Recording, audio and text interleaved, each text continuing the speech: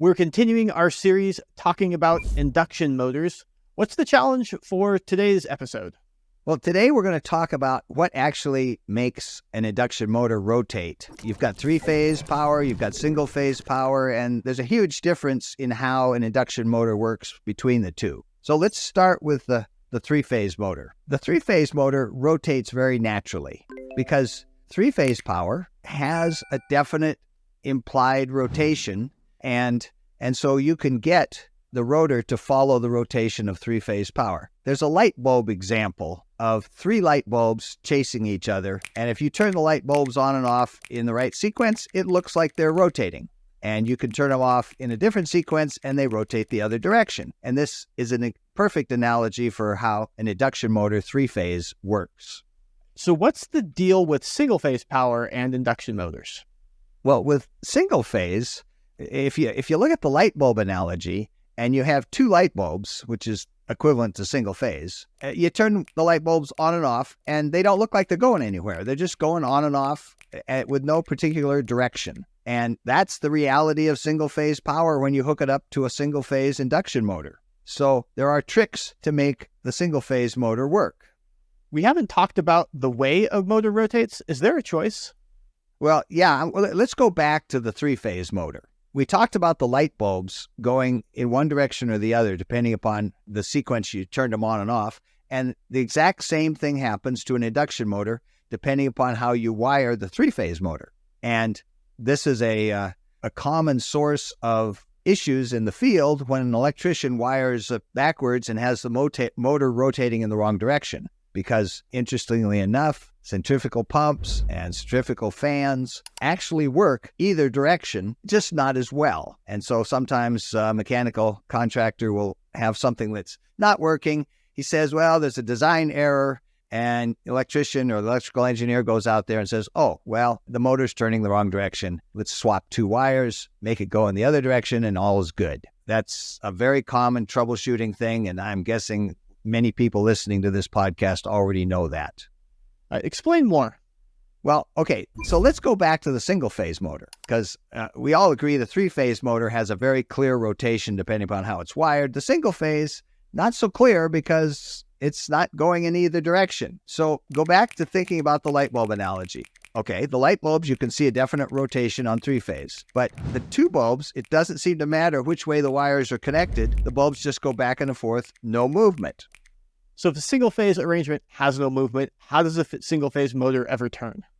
First, you were right. If you just apply a single-phase current to a simple induction motor, it won't rotate. So there's a trick to making it work. And in fact, if you have a motor, a single-phase motor, and you put power to it, single-phase power, and you start it turning with a little kick, I mean, physically, you give it a little kick, it will continue rotating in that direction because the magnetic field has established a preference and it'll just keep doing it. But obviously, in real practice, you don't reach out and kick the motor every time you want to start it. So we have to have a different way to do it. So if no one's kicking the motor physically, what's the trick to get it to rotate? There is a trick. In fact, there are several tricks. The simplest trick is to put a capacitor across one of the two windings, and this creates a lag in the current in that winding, and the lag in the current is seen as a magnetic field that's no longer in sync with the other magnetic field, so there's an apparent rotation. And depending upon which coil and how you hook up the capacitor, the motor will rotate in one direction or the other. Now, there's another way to do this, and that is to put a little tertiary winding in the motor that creates a magnetic field that is crosswise to one of the windings and makes the apparent magnetic field slightly off-center, and again, you get a rotation going. If it's this easy, is there a catch? Well, yes, there is a catch. Causing the windings to be slightly out of phase, rather than in perfect 180-degree orientation, creates an inefficiency in the motor. There's heat, it doesn't have as much power, and so you don't want the capacitor to be too big. You want it to be just big enough to make it start rotating. The same with the tertiary coil. Don't make the magnetic field too big or it's going to really mess up the full load running performance. But there's also a remedy for this.